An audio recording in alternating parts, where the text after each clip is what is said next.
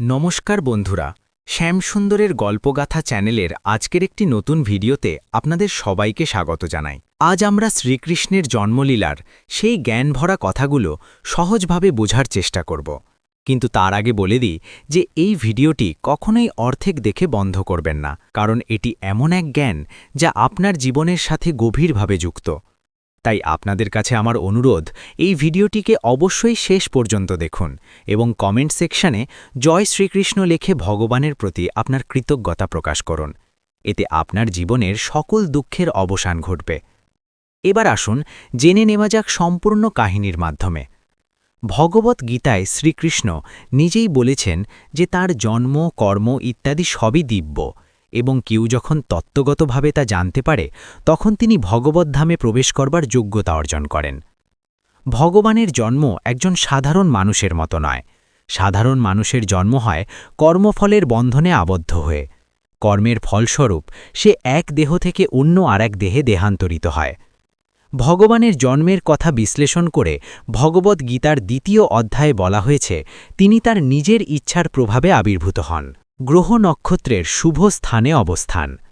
যখন ভগবানের আবির্ভাবের সময় হল তখন কাল সর্বগুণ সমন্বিত হয়ে পরম সুন্দর হয়ে উঠল। তখন পৃথিবী আনন্দে পরিপূর্ণ হয়ে উঠল।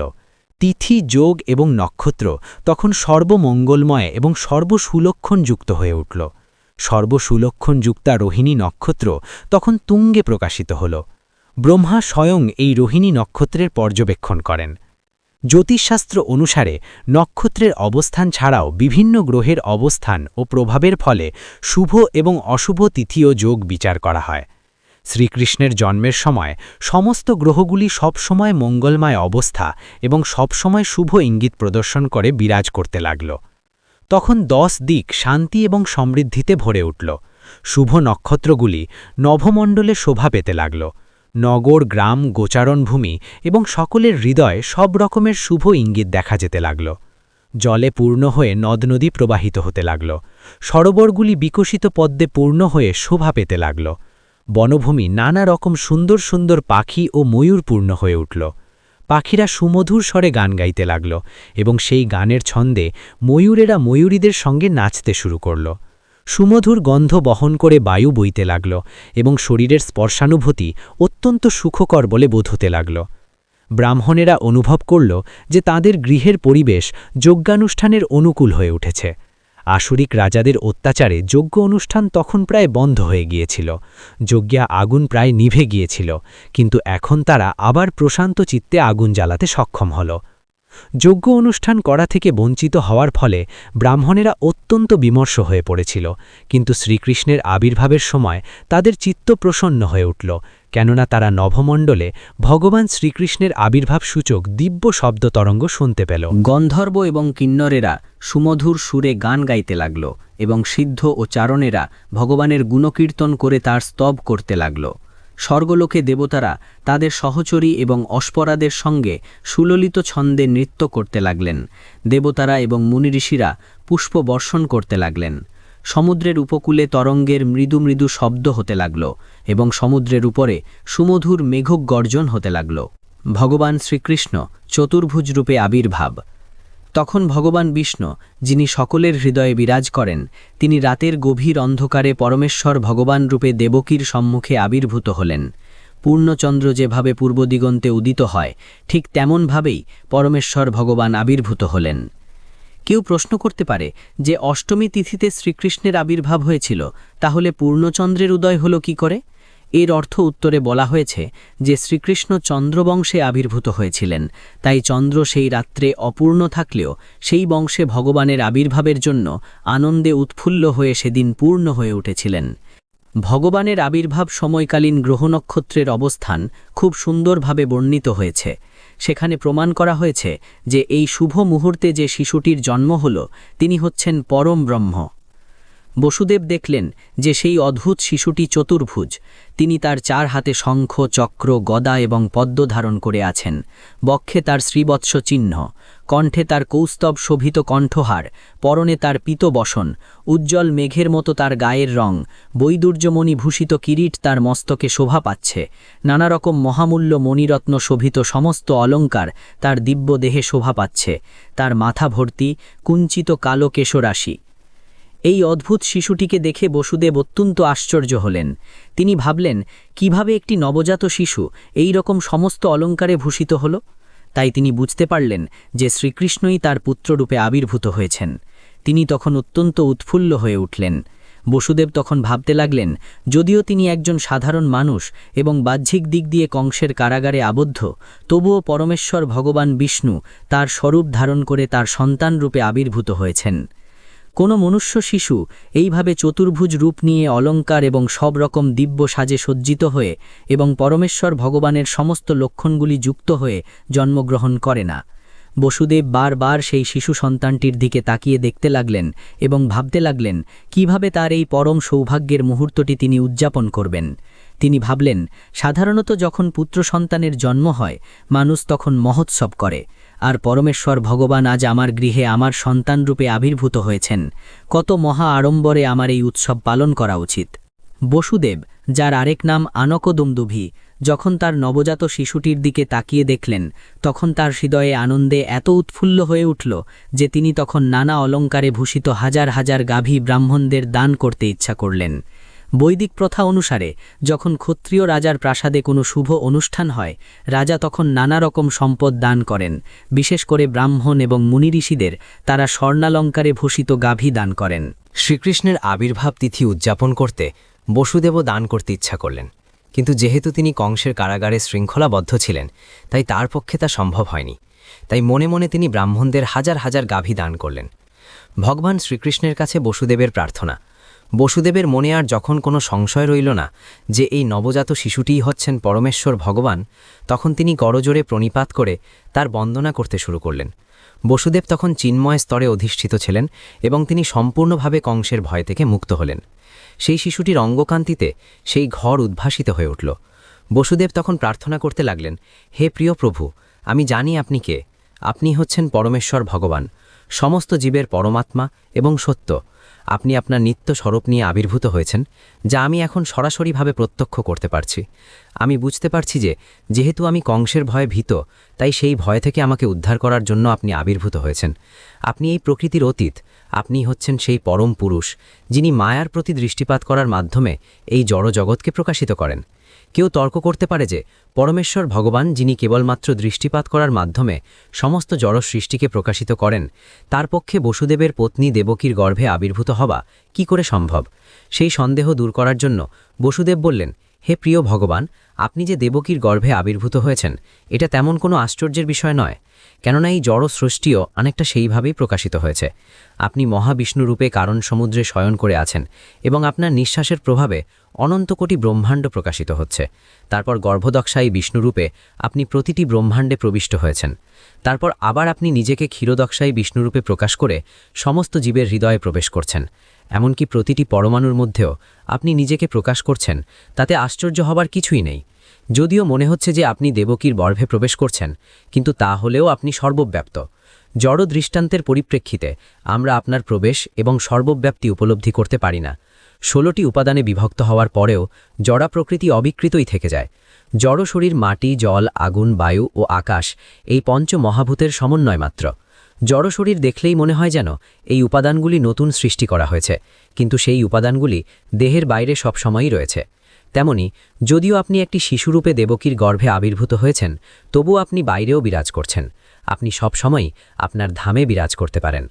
গভীর বুদ্ধিমত্তা সহকারে আপনার আবির্ভাবের তত্ত্ব উপলব্ধি করতে হয়, কেননা জড়া প্রকৃতিও আপনার থেকেই উদ্ভূত হয়েছে। সূর্য যেমন সূর্যকিরণের উৎস, আপনিও তেমনি জড়া প্রকৃতির আদি উৎস। সূর্যকিরণ কখনো সূর্যমণ্ডলকে আচ্ছাদিত করতে পারে না। ঠিক তেমনি আপনার থেকে উদ্ভূত হওয়ার ফলে জগা প্রকৃতি কখনো আপনাকে আবৃত করতে পারে না। আপাত দৃষ্টিতে মনে হয় যেন আপনি জড়া প্রকৃতির 3টি গুণের দ্বারা প্রভাবিত, কিন্তু প্রকৃতপক্ষে জড়া প্রকৃতির গুণ কখনোই আপনাকে প্রভাবিত করতে পারে না। গভীর বুদ্ধিমত্তা সম্পন্ন দার্শনিকেরা তা বুঝতে পারেন। পক্ষান্তরে বলা যায় যে যদিও মনে হয় যে আপনি এই জড়া প্রকৃতিতে রয়েছেন, তবুও আপনি কখনো তার দ্বারা আচ্ছাদিত হন না। বৈদিক শাস্ত্র থেকে আমরা জানতে পারি যে পরমবৃক্ষের দেহনির্গত রশ্মিচ্ছটার প্রভাবে সবকিছু প্রকাশিত হয়। ব্রহ্মসংহিতা থেকে আমরা জানতে পারি যে ব্রহ্মজ্যোতি হচ্ছে ভগবানের দেহনির্গত রশ্মিচ্ছটা এবং ব্রহ্মজ্যোতি থেকে সবকিছুর সৃষ্টি হয়। ভগবদ্গীতাতে আরও বলা হয়েছে যে পরমেশ্বর ভগবানই হচ্ছেন ব্রহ্মজ্যোতির উৎস। প্রকৃতপক্ষে তিনিই হচ্ছেন সবকিছুর মূল কারণ। কিন্তু অল্প বুদ্ধিমান মানুষেরা মনে করে যে পরমেশ্বর ভগবান যখন এই জড় জগতে আবির্ভূত হন তখন তিনি জড় গুণের দ্বারা প্রভাবিত হয়ে পড়েন। এই ধরনের সিদ্ধান্ত যারা করে তারা অত্যন্ত মূর্খ। ভগবান সম্বন্ধে তাদের কোনো জ্ঞান নেই। পরমেশ্বর ভগবান প্রত্যক্ষভাবে এবং পরোক্ষভাবে সর্বত্রই বিরাজমান। তিনি কেবল গর্ভদক্ষায় বিষ্ণুরূপে এই জড় সৃষ্টির অন্তরেও বিরাজ করেন তা নয়, তিনি প্রতিটি পরমাণুর মধ্যেও বিরাজ করছেন। তিনি আছেন বলেই সবকিছুর অস্তিত্ব আছে, তাকে ছাড়া কোনো কিছুরই অস্তিত্ব থাকতে পারে না। বৈদিক শাস্ত্রে আমরা দেখতে পাই যে পরমাত্মা থেকে স্বতন্ত্র হয়ে কোনো কিছুরই অস্তিত্ব নেই। তাই এই জড়া প্রকৃতিও তারই এক শক্তির প্রকাশ। জড় পদার্থ এবং চিন্ময় আত্মা উভয়েই তার থেকে উদ্ভূত হয়েছে। মূর্খ লোকেরাই কেবল মনে করে যে পরমেশ্বর ভগবান যখন আবির্ভূত হন তখন তিনি জড়া প্রকৃতির দ্বারা প্রভাবিত হয়ে পড়েন।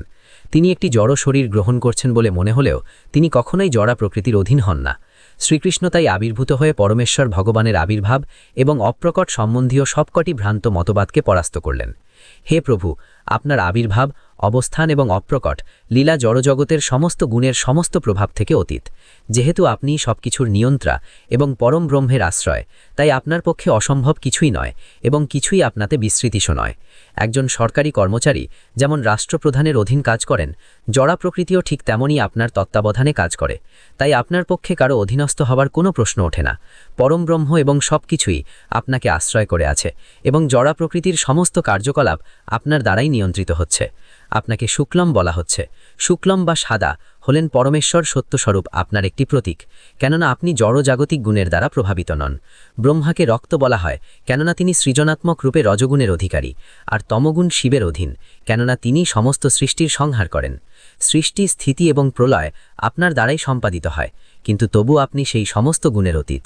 বেদে বিহিত হয়েছে যে হরির শির নির্গুণ সাক্ষাৎ, পরমেশ্বর ভগবান সর্বদাই জড়গুণের অতীত। সেখানে আরও বলা হয়েছে যে পরমেশ্বর ভগবানের তম ও রজগুণের কোনো রকম অস্তিত্ব নেই। হে প্রভু, আপনি হচ্ছেন পরম নিয়ন্ত্রা পরমেশ্বর ভগবান। আপনি সমস্ত সৃষ্টি পরিচালনা করেন। পরম নিয়ন্ত্রা হওয়া সত্ত্বেও আপনি কৃপা করে আমার গৃহে অবতরণ করেছেন, এবং আপনার অবতরণের কারণ হচ্ছে সেই সমস্ত অসুরদের সংহার করা যারা রাজবেশ ধারণ করে পৃথিবীর উপর রাজত্ব করছে, কিন্তু প্রকৃতপক্ষে তারা অসুর। আপনি যে তাদের এবং তার সমস্ত অনুচরদের সংহার করবেন সে সম্বন্ধে আমার কোনো সন্দেহ নেই। আমি জানি যে বর্বর কংস ও তার দুরাচারী সঙ্গীদের সংহার করার জন্য আপনি অবতরণ করেছেন, কিন্তু আপনি যে তার এবং তার অনুচরদের সংহার করাবার জন্য অবতরণ করবেন সেই কথা জানতে পেরে কংস আপনার পূর্বজাত বড় ভাইদের হত্যা করেছে। এখন সে কেবল আপনার জন্ম সংবাদের প্রতীক্ষায় রয়েছে। যখনই সেই সংবাদ সে পাবে তখনই সে আপনাকে হত্যার জন্য সশস্ত্র উপস্থিত হবে। মাতা দেবকীর শ্রীকৃষ্ণের কাছে প্রার্থনা। বসুদেবের এই প্রার্থনার পর শ্রীকৃষ্ণের মাতা দেবকী প্রার্থনা শুরু করলেন। তার ভাই কংসের অত্যাচারে তিনি অত্যন্ত ভীতা ছিলেন। দেবকী বললেন, প্রিয় প্রভু, নারায়ণ, রাম, শেষ, বরাহ, নৃসিংহ, বামন, বলদেব এবং এই রকম কোটি কোটি অবতারের বর্ণনা বৈদিক শাস্ত্রে রয়েছে। আপনিই হচ্ছেন আদিপুরুষ, কেননা আপনার সমস্ত অবতারেরাই এই জড় জগতের অতীত। এই সৃষ্টির পূর্বেও আপনি ছিলেন। আপনার রূপ নিত্য এবং সর্বব্যাপ্ত, তা জ্যোতির্ময়, অপরিবর্তনশীল এবং জড় গুণের থেকে সম্পূর্ণ মুক্ত। এই সমস্ত নিত্য এবং দিব্য রূপই চিন্ময় এবং আনন্দময়। তারা সকলেই শুদ্ধ সত্ত্বে অবস্থিত এবং সর্বদাই বিভিন্ন লীলায় রত। কোনো বিশেষ রূপের দ্বারা আপনি সীমাবদ্ধ নন। এই সবকটি নিত্য এবং দিব্য রূপই স্বয়ংসম্পূর্ণ। আমি জানি যে আপনি স্বয়ং ভগবান শ্রী বিষ্ণু। কোটি কোটি বছর পর যখন ব্রহ্মার জীবনের অন্তিম সময় আসে তখন প্রলয় হয়। সেই সময় ভূমি, জল, আগুন, বায়ু ও আকাশ এই পঞ্চ মহাভূত মহত্তত্ত্বে লীন হয়ে যায়। কালের প্রভাবে তারপর মহত্তত্ত্ব অব্যক্ত প্রকৃতিতে প্রবেশ করে, প্রকৃতি প্রধানে প্রবেশ করে এবং প্রধান আপনাতে প্রবিষ্ট হয়। তাই প্রলয়ের পর কেবল আপনি আপনার দিব্য নাম, রূপ, গুণ এবং পরিকরসহ বর্তমান থাকেন। হে প্রভু, শ্রদ্ধাবনত চিত্তে আমি আপনাকে প্রণতি জানাই, কেননা আপনিই হচ্ছেন অব্যক্ত প্রকৃতির পরিচালক এবং জড়া প্রকৃতির পরমাশ্রয়। হে প্রভু, নিখিল সৃষ্টি এক পলক থেকে শুরু করে কল্প পর্যন্ত আপনারই কালের অধীন। সকলেই আপনার পরিচালনায় কর্ম করেন। আপনি পরম নিয়ন্ত্রা এবং সমস্ত শক্তির উৎস।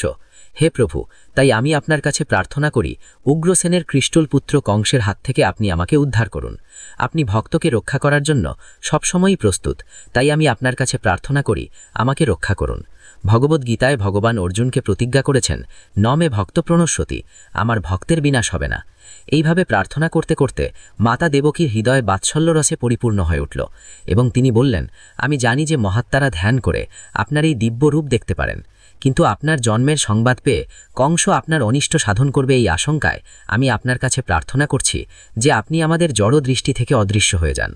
পক্ষান্তরে বলা যায় যে দেবকী ভগবানকে একটি সাধারণ শিশুর রূপ ধারণ করার অনুরোধ করছিলেন। আপনার জন্য আমি আমার ভাই কংসের ভয় ভীত হচ্ছি। হে মধুসূদন, কংস যদি জানতে পারে যে আপনি জন্মগ্রহণ করেছেন, তখন সে আপনার অনিষ্ট সাধন করবার জন্য ছুটে আসবে। তাই আমি আপনার কাছে প্রার্থনা করি, বিষ্ণুর 4টি প্রতীকসহ আপনার এই চতুর্ভুজ রূপ সংবরণ করুন।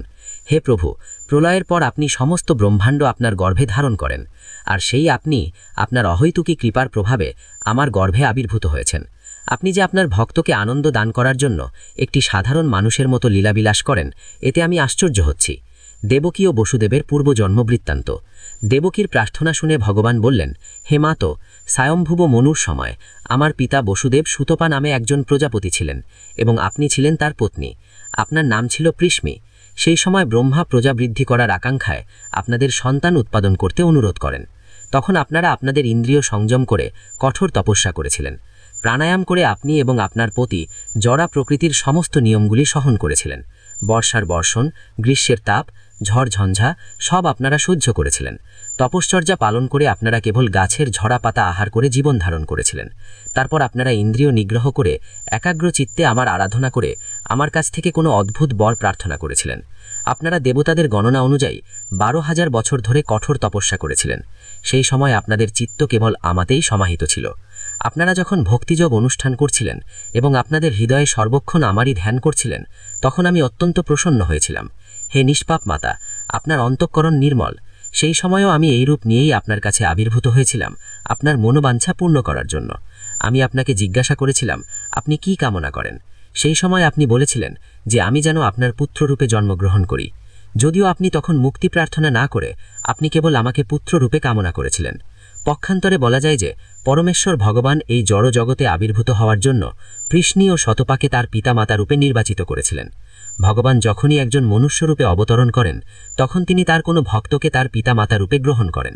তাই তিনি পৃষ্ণি ও শতপাকে তার মাতা এবং পিতা রূপে গ্রহণ করেছিলেন। তাই জন্যই পৃষ্ণি ও শতপা মুক্তি প্রার্থনা করেননি। ভগবানের চিন্ময় সেবার কাছে মুক্তি অত্যন্ত নিগণ্য। ভগবান তৎক্ষণাৎ পৃষ্ণি এবং সুতপাকে মুক্তি দিতে পারতেন, কিন্তু তিনি তাদের এই জড়জগতেই থাকতে অনুপ্রাণিত করেছিলেন, যাতে তারা তার মাতা এবং পিতারূপে তার লীলায় তার সঙ্গলাভ করার আনন্দ উপভোগ করতে পারেন। ভগবানের কাছ থেকে তার মাতা ও পিতা হওয়ার বর লাভ করে পৃষ্ণি এবং সুতপা তাদের তপশ্চর্যা সমাপ্ত করে ভগবানকে তাদের পুত্ররূপে লাভ করার জন্য পতি ও পত্নীরূপে বসবাস করতে লাগলেন। যথাসময়ে পৃষ্ণি গর্ভবতী হলেন এবং একটি পুত্র সন্তান লাভ করলেন। দেবকী এবং বসুদেবকে ভগবান বললেন, সেই সময় আমার নাম হয়েছিল পৃষ্ণিগর্ভ। পরবর্তী যুগে আপনারা অদিতি ও কশ্যপ রূপে জন্মগ্রহণ করেছিলেন এবং আমি উপেন্দ্র নামে আপনাদের সন্তান হয়ে জন্মগ্রহণ করেছিলাম। সেই সময় আমি বামন রূপ ধারণ করেছিলাম, আর সেই জন্য আমার নাম হয়েছিল বামনদেব। আমি আপনাদের বর দিয়েছিলাম যে 3 বার আমি আপনাদের সন্তান রূপে জন্মগ্রহণ করব।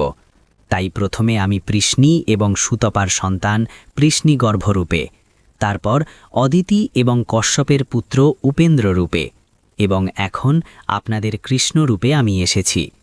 আমি এই চতুর্ভুজ রূপ নিয়ে আবির্ভূত হয়েছি কেবল আপনাদের প্রত্যয় উৎপাদন করবার জন্য যে আমি পরমেশ্বর ভগবান। আমার প্রতিজ্ঞা অনুসারে আবার আপনাদের পুত্র রূপে আবির্ভূত হয়েছি। আমি একটি সাধারণ শিশুর মতো রূপ নিয়ে আবির্ভূত হতে পারতাম, কিন্তু তাহলে আপনারা বিশ্বাস করতেন না যে আমি পরমেশ্বর ভগবান। আপনাদের পুত্ররূপে জন্মগ্রহণ করেছি। হে পিত, হে মাতা, আপনারা বহুবার আপনাদের সন্তানরূপে গভীর স্নেহ ও ভালোবাসার সঙ্গে লালন পালন করেছেন। আমি তাই আপনাদের প্রতি অত্যন্ত কৃতজ্ঞ, এবং আমি আপনাদের কথা দিচ্ছি যে এইবার আপনারা চিৎ জগতে আমার অপ্রাকৃত ধামে ফিরে যাবেন। কেননা আপনাদের উদ্দেশ্য পূর্ণ হয়েছে। আমি জানি যে আপনারা আমাকে নিয়ে অত্যন্ত শঙ্কিত এবং কংসের ভয়ে ভীত। তাই এখন আমাকে গোকুলে নিয়ে চলুন। সেখানে নন্দ এবং যশোদার একটি কন্যা জন্মগ্রহণ করেছে। তিনি ছিলেন ভগবানের অন্তরঙ্গা শক্তি যোগমায়া। যোগমায়ার প্রভাবে কংসের প্রাসাদের প্রতিটি বাসিন্দা, বিশেষ করে প্রহরীরা, মহাচ্ছন্ন হয়ে গভীর নিদ্রায় মগ্ন হল এবং কারাগারের সবকটি দরজা আপনা থেকেই খুলে গেল, যদিও সেগুলি খিল দেওয়া ছিল এবং লোহার শিকল দিয়ে বাঁধা ছিল। সেই রাত্রিটি ছিল ঘোর অন্ধকার, কিন্তু যখনই বসুদেব তার শিশু সন্তানটিকে কোলে নিয়ে বাইরে এলেন, তিনি সব কিছু দিনের আলোর মতো দেখতে পেলেন। চৈতন্য চরিতামৃতে বলা হয়েছে, কৃষ্ণ সূর্য সম, মায়া হয় অন্ধকার।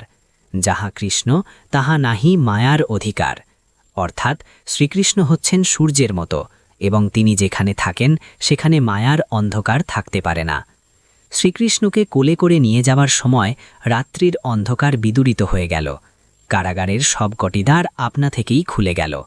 আর ঠিক সেই সময় গভীর বজ্রনিনাদের সঙ্গে প্রবল বর্ষণ হতে শুরু করল। বসুদেব যখন তার শিশু সন্তান শ্রীকৃষ্ণকে নিয়ে সেই বৃষ্টির মধ্য দিয়ে যাচ্ছিলেন, তখন ভগবান শেষ সর্পরূপ ধারণ করে সেই বৃষ্টি থেকে বসুদেবকে রক্ষা করার জন্য বসুদেবের মাথার ওপরে তার ফণা বিস্তার করলেন। বসুদেব যমুনার তীরে এসে দেখলেন যে যমুনার জল প্রচণ্ড গর্জন করতে করতে ছুটে চলেছে। তার বিশাল তরঙ্গগুলি ফেনিলোচ্ছল হয়ে উঠেছে। কিন্তু এই ভয়ঙ্কর রূপ সত্ত্বেও যমুনা বসুদেবকে যাওয়ার পথ করে দিলেন, ঠিক যেমন ভারত মহাসাগর রামচন্দ্রের সেতু বন্ধনের সময় তার জন্য পথ করে দিয়েছিলেন। এইভাবে বসুদেব যমুনা পার হয়ে অপর পারে গোকুলে নন্দ মহারাজের গৃহে উপস্থিত হলেন। সেখানে তিনি দেখলেন যে সমস্ত গোপ গোপীরা গভীর নিদ্রায় মগ্ন। সেই সুযোগে তিনি নিঃশব্দে যশোদা মায়ের গৃহে প্রবেশ করে তার পুত্র সন্তানটিকে সেখানে রেখে যশোদার সদ্যজাত কন্যাকে নিয়ে কংসের কারাগারে ফিরে এলেন এবং নিঃশব্দে দেবকীর কোলে কন্যাটিকে রাখলেন। তিনি নিজেকে আবার শৃঙ্খলাবদ্ধ করলেন, যাতে কংস বুঝতে না পারে যে ইতিমধ্যে অনেক কিছু ঘটে গেছে। মা যশোদার জ্ঞান ছিল যে তার একটি সন্তান হয়েছে, কিন্তু প্রসব বেদনায় অত্যন্ত ক্লান্ত হয়ে তিনি গভীর নিদ্রায় মগ্ন ছিলেন। তার যখন ঘুম ভাঙল, তখন তিনি স্থির করতে পারলেন না যে তিনি একটি পুত্র সন্তান না কন্যা প্রসব করেছিলেন। বন্ধুরা, আজকের এই কাহিনী আপনাদের কেমন লাগলো তা অবশ্যই জানাবেন। কৃষ্ণের চরণে নিজেকে সঁপে দিন, দেখবেন জীবন শান্তিতে ভরে উঠেছে। জয় শ্রীকৃষ্ণ।